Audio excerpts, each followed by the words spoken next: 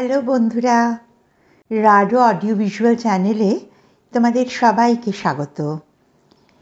আজ তোমাদের সঙ্গে ঘোস্ট ভিলেজ নিয়ে আলোচনা করব। ঘোস্ট ভিলেজ, ভয় পেও না, ভূত টুত দেখা যায় না।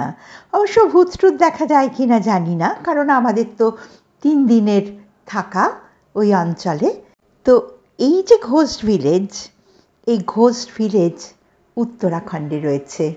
উত্তরাখণ্ডের উত্তরকাশী জেলার একটা আদিবাসী গ্রাম। তার নাম হলো বাগড়ি।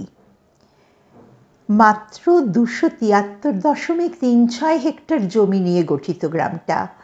মাত্র 883 জন থাকে এখানে, আর 150টা পরিবার নিয়ে এই গ্রামটা। একটু গ্রামের বর্ণনা দিই। চারিদিকে হিমালয়ের উত্তুঙ্গ পাহাড়ের হাতছানি, আর পাশ দিয়ে অবলীলায় বয়ে চলেছে স্রোতস্বিনী ভাগীরথী। আর এখান থেকে মাত্র 25 কিলোমিটার দূরেই রয়েছে গঙ্গোত্রী, ভারতের পবিত্র নদী গঙ্গার উৎস, যেখানে সে ভাগীরথী নামেই পরিচিত। এবার পুজোর সময় আমাদের গন্তব্য ছিল বাগড়ি গ্রাম। গ্রামটার এই যে বন্য সৌন্দর্য বলে প্রকাশ করা যায় না।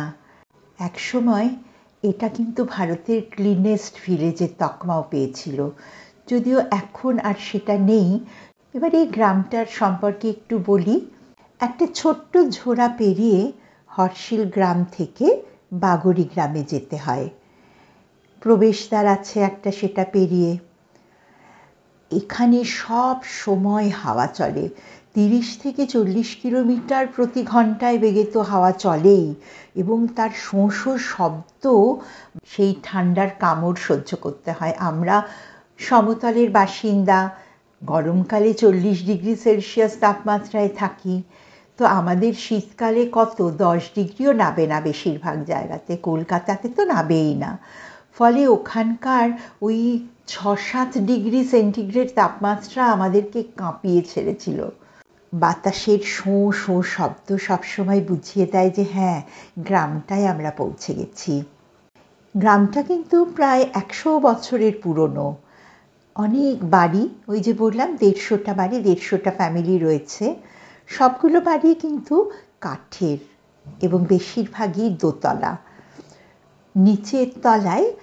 নিচের তলায় রয়েছে পশুশালা। পশু বলতে মেষ আছে, ঘোড়া আছে, এগুলো এদের কাঠ সংগ্রহ করে রাখা থাকে ওই নিচের তলায়। আর কাঠের বা পাথরের সিঁড়ি বেয়ে ওপরে ওঠা, ওপরে গিয়ে দোতলায় তাদের থাকার ব্যবস্থা। দুদিক ঘিরে বাড়ি, মাঝখানে একটাই রাস্তা। রাস্তাটা শেষ হয়েছে ভাগীরথীর প্লাবনভূমিতে।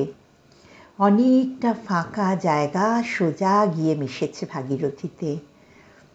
যদিও দেখলাম যে এই ফাঁকা জায়গায় কেউ কেউ টেন্ট খাটিয়েছেন, মানে এই নিস্তব্ধ নিঃশব্দ পরিবেশে শুধু ভাগীরথীর শব্দটা উপভোগ্য হয়ে ওঠে। তবে অবশ্য সন্ধ্যের পর টেন্টে না থাকাই ভালো, কারণ বন্য পশুর আক্রমণের ভয় আছে।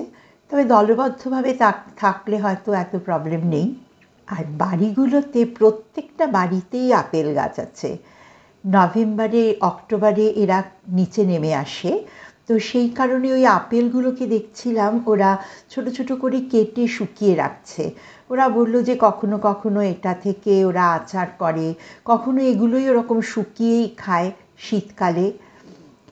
ভেড়ার লোম, চামড়া, এগুলো ওরা বিভিন্নভাবে ব্যবহার করে। ভেড়ার পশম থেকে দেখছিলাম উল তৈরি করছে। উল তৈরি করে সোয়েটার, কাঞ্চাপাটি, মাফলার, এগুলো তৈরি করে বিক্রি করছে ট্যুরিস্টদের। তার থেকে কিছু অবশ্য আমরাও জোগাড় করেছিলাম। ওদের যে এই স্থানীয় ঐতিহ্য ভীষণভাবে মনোহরণকারী। পরিবারের মহিলারা দেখছিলাম দুপুরবেলায় উল বুনছে। তারা দুপুরবেলায় দোকান দেখার কাজও করে।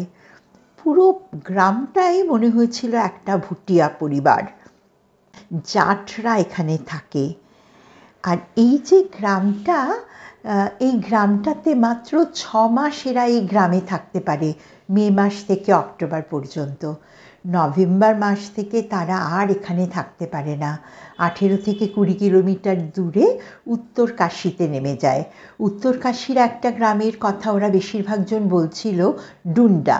ওই ডুন্ডা গ্রামে নাকি ওদের আরেকটা দ্বিতীয় বাসস্থান আছে।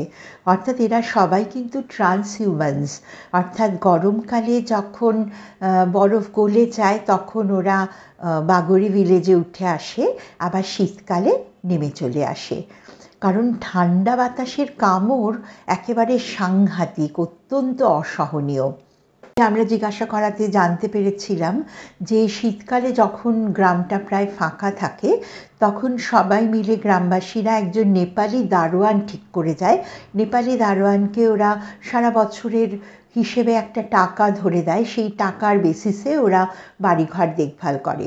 এবং এটাও বলেছিল যে বাড়িতে যদি ওরা থাকতে দেয় নেপালি দারোয়ানজিকে, তাহলে সেই বাড়িটা আরও বেশি সুরক্ষিত থাকবে এবং ওদের নাকি কোনো জিনিসপত্র কিচ্ছু এদিক ওদিক হয় না, সব যে যার মতন ঠিক থাকে, কোনো রকম অসুবিধে ওদের হয় না। আর ওদের তো দুটো ঘর, দুটো জায়গায় দুটো বাড়ি, মানে 6 মাস এখানে ঠিক করে এখানে থাকে আর 6 মাস ওখানে থাকে, ডুন্ডা ভিলেজ। বা কেউ কেউ উত্তর কাশীর আরও অন্যান্য গ্রামেও থাকে, তবে এই গ্রামের বেশিরভাগ জনই কিন্তু ডুন্ডা ভিলেজে থাকে। এবার আসি সেই ঘোস্ট ভিলেজ দিয়ে শুরু করলাম কেন, মানে কেন এটা ভূতের গ্রাম। আসলে যখন শীতকাল তখন জায়গাটা জনমানব শূন্য, নিস্তব্ধ, ভুতুড়ে পরিবেশের মতন হয়ে যায়। শুধুমাত্র ভাগীরথীর চলার শব্দ শোনা যায়, যদিও সেটাও খুব ধীর, কারণ সেটাও বরফাচ্ছন্ন। নিজেদের চলার শব্দ ভয় পাইয়ে দেয়, শুধুই বরফের চাদরে ঢাকা থাকে পুরোটা। কখনো কখনো লোমশ কুকুরগুলোর শব্দ দেখতে পাওয়া যায়, তারা হয়তো মাঝে মাঝে সঙ্গ নেয়। আর ওই যে নেপালি দারোয়ান, একমাত্র অধিবাসী থাকে নাকি সেই নেপালি দারোয়ান। এই অসহ্যকর পরিবেশে কি করে যে সে থাকে, কি যে সে খায়, এটা কিন্তু স্থানীয় অধিবাসীরা বলতে পারল না। যাই হোক, এই বাগরি গ্রাম, নিস্তব্ধ নিঃসঙ্গ পরিবেশ, শুধুমাত্র সঙ্গী ছিল হিমালয়ের উত্তুঙ্গ বরফ ঢাকা শৃঙ্গগুলো। ভীষণ শান্ত, অধিবাসীরা অত্যন্ত অতিথিবৎসল, সবাই ভীষণভাবে আমাদের সাহায্য করছিল, আমাদের আপেল খেতে দিচ্ছিল। এরকম একটা গ্রামে গিয়ে খুব আনন্দ পেয়েছিলাম, পুজো ভীষণ ভালো কাটাতে পেরেছিলাম। এই কলকাতা শহরের কোলাহল থেকে দূরে খুব ভালো লেগেছিল জায়গাটাতে গিয়ে। যদি তোমরা কেউ মনে করো, যেতে পারো উত্তর কাশী থেকে মাত্র 25 কিলোমিটার দূরে এই গ্রামটা।